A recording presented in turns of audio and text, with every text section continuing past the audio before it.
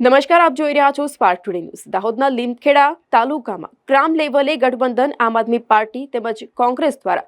નાની મોટી બેઠક સભાઓ આયોજન કરવામાં આવી રહી છે। ત્યારે લીમખેડા તાલુકાના આમ આદમી પાર્ટીના પ્રમુખ ડોક્ટર સચિન પી રાવત દ્વારા બેઠક સભામાં ખુલ્લેઆમ ભાજપના ઉમેદવાર જસવંતસિંહ ભાભોરને જંગી બહુમતીથી લીડથી વિજેતા બનાવવા લોકોને અપીલ કરવામાં આવી હતી, જેનો વિડીયો સોશિયલ મીડિયા પર વાયરલ થયો છે। ગઠબંધન મીટિંગ અંતર્ગત ઉપસ્થિત આપણા રૈલા કાકાના નિવાસ સ્થાને જિલ્લામાંથી પધારેલ આમ આદમી પાર્ટીના પ્રમુખ શ્રી રાકેશભાઈ બારિયા સાહેબ, લીમખેડા તાલુકા કોંગ્રેસ સમિતિના પ્રમુખ શ્રી પર્વતભાઈ રૂપા સાહેબ, તેમજ અમારા સિનિયર, અમારા વડીલ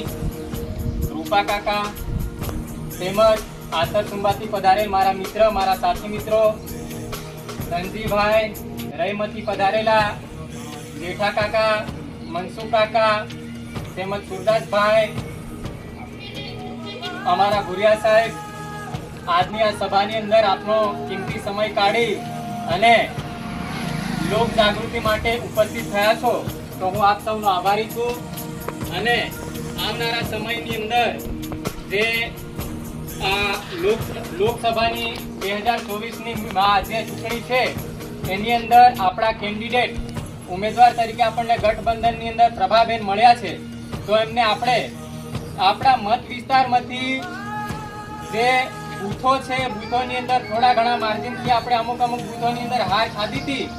એ બૂથોને આ વખત આપણે જંગી બહુમતીથી